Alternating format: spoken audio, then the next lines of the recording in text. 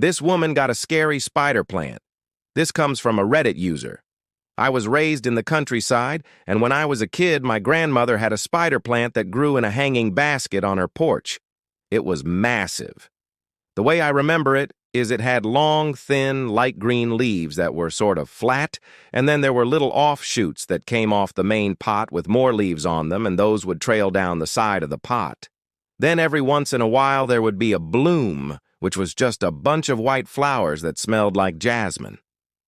When I moved into my own place, I wanted a spider plant. I asked my grandma if I could have it, and she said yes. She put the entire thing in a plastic bag for me, and I took it over to my apartment. When I got it home, I put it on a little table next to my bed. I didn't really notice anything weird at first. I did notice that there were 3 small, round, cottony objects stuck to the bottom of one of the long leaves. I pulled them off and stuck them in my pocket. I figured they were some kind of bug egg or something. I emptied my pockets out later that day and never gave it another thought.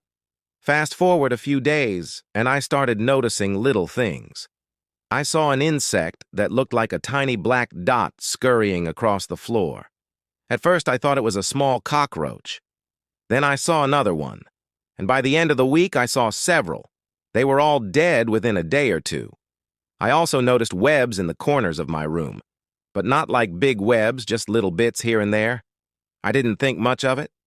Then one day I was sitting in my living room and I saw a bug. It was about the size of a ladybug, but black with a red hourglass shape on its back. I freaked out. I knew exactly what it was, but I'd never seen one in my life, so I looked it up online. Sure enough, it was a black widow. I went back to the plant, and sure enough, there were dozens of them around the base and on the stems of the spider plant. There were also dozens of little egg cases. I felt sick. I called my mom, told her what I had, and she told me to kill them all and burn the plant. I did. I even sprayed down my apartment with bug spray. But the problem was far from over. Over the next few weeks, more black widows showed up. More egg cases were found and destroyed. I ended up having to throw away all of my bedding and curtains because they were all infested with black widows. I couldn't take it anymore. I ended up going to a hotel for a couple of weeks while I waited for an exterminator to come and check out my apartment. When he came, he took one look at my plant and told me it was a common occurrence when people brought in plants from outside. He said sometimes the spiders lay their eggs in hard-to-find places, and it takes time for them to hatch and show up. That's why it seemed like new spiders kept showing up. He told me that my plant probably wasn't the only thing that was infested. I went home with him and looked in every nook and cranny. I found black widow egg sacs in places I never would have thought to look. My books, my clothes, under loose floorboards, behind pictures on the wall. He told me that since I'd already killed most of the spiders, the rest of them were probably just egg cases. But it would be best to get rid of most of my stuff. I ended up throwing away or putting in storage almost everything I owned. The exterminator set up a perimeter around my apartment and treated the whole thing.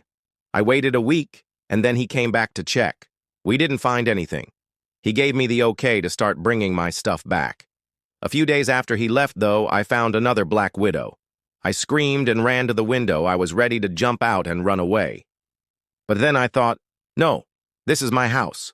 I'm not letting some stupid spider make me move out. I grabbed a shoe and stomped on the spider until it was dead. I felt better. I was going to stay in my home. That was a year ago. Since then, I haven't seen a single black widow. I still have my plant, but it's in a different room and I check it constantly. I guess I'll never get rid of it now. Down in the comments, we have this story from a person who works with black widows. I work for a company that milks venom from spiders, mostly black widows. We buy bulk lots of frozen black widows from other venom collection facilities.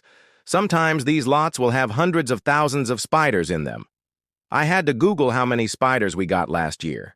Due to the increased demand for anti-venom, our facility is collecting over 1 million black widow spiders per year. Yes, per year. We typically remove the legs and abdomen from the spiders. We do this so that we can identify the sex of the spider and remove any foreign material that may be in the abdomen. This is important because we need a clean product to sell to our customers. It is not uncommon for us to find mouse or lizard guts in the abdomen of some of the spiders. This makes our job pretty nasty at times. We usually wear nitrile gloves and goggles when we're processing. But sometimes we'll get a fresh batch of spiders that are very jumpy. In these instances, we wear full PPE, including a face shield. One of the scariest things about processing the spiders is the amount of egg sacs that we find. Many times the spiders will have recently molted and we'll see the old exoskeleton of the spider along with the egg sac. These egg sacs are tiny. It's hard to explain how small they are unless you've held one. We'll find spiders with egg sacs attached to them and we'll freeze them whole. When we thaw these spiders out, the females will often eat the males. One of our technicians processes over 20,000 black widow spiders a year. If we find a pregnant female, we'll let her lay her eggs and then we'll collect the egg sac. We keep the egg sacs frozen until we're ready to hatch them. We don't want the spiders to grow too large. Smaller spiders are easier to collect venom from. Once the egg sac starts to hatch, we place the sac in an area where we can observe the spiderlings. Our facility also has a dark room with multiple colony boxes. When we need to raise larger colonies of spiders, we'll place a few hundred spiders in a box with a few roaches or crickets. We seal the box and wait for the spiders to lay their eggs. We don't feed the spiders, so they eventually die off, leaving only the spiderlings. Sometimes we'll find a spider that has been in a box for months. These are normally very large and we don't want them to breed with our spiderlings. To avoid any crossbreeding, we keep the older spiders isolated. Spiderlings are very small. You can barely see them with the naked eye. However, they are extremely jumpy. We'll often see them flying everywhere after we open a box. Sometimes we'll find a brown recluse in a lot. We don't like finding brown recluse. Their venom is very dangerous and we don't want them to contaminate our product. We keep all of the spiders we find at our facility alive. If we find a black widow in a lot, we'll isolate her. Eventually, she'll lay her eggs and we'll keep the spiderlings in a colony box. Another thing we found in our lots is jumping spiders. They're very interesting spiders. They can actually hear us when we walk into the room and they'll hide. We'll process the other spiders, then we'll come back in and collect the jumping spiders. We keep them in a terrarium and we watch them during our breaks. We also found brightly colored spiders in our lots. Most of these are lynx spiders. They're beautiful and don't seem to be too concerned about being handled. We keep the ones we find in our lots in a terrarium in our break room. Also, I love your username. Thank you. Yeah, I spent a lot of time thinking about that one. So am I really supposed to just pull them off and stick them in my pocket? Do you really think I should try that? Now? Also, OP. How big was the spider plant? Because that thing sounded like it was absolutely massive.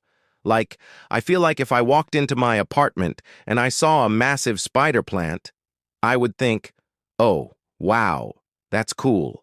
And then I would look at the tags on the bottom and I would see that it says, please do not eat. Oh, well, then I'd know not to eat it. But why would I think to look at the tags? Maybe I wouldn't. Maybe I'd just eat it. If you enjoyed this story, maybe you'd like the one where a guy orders a cursed chair online. That one's pretty good. Thanks for watching, and see you in the next Reddit story.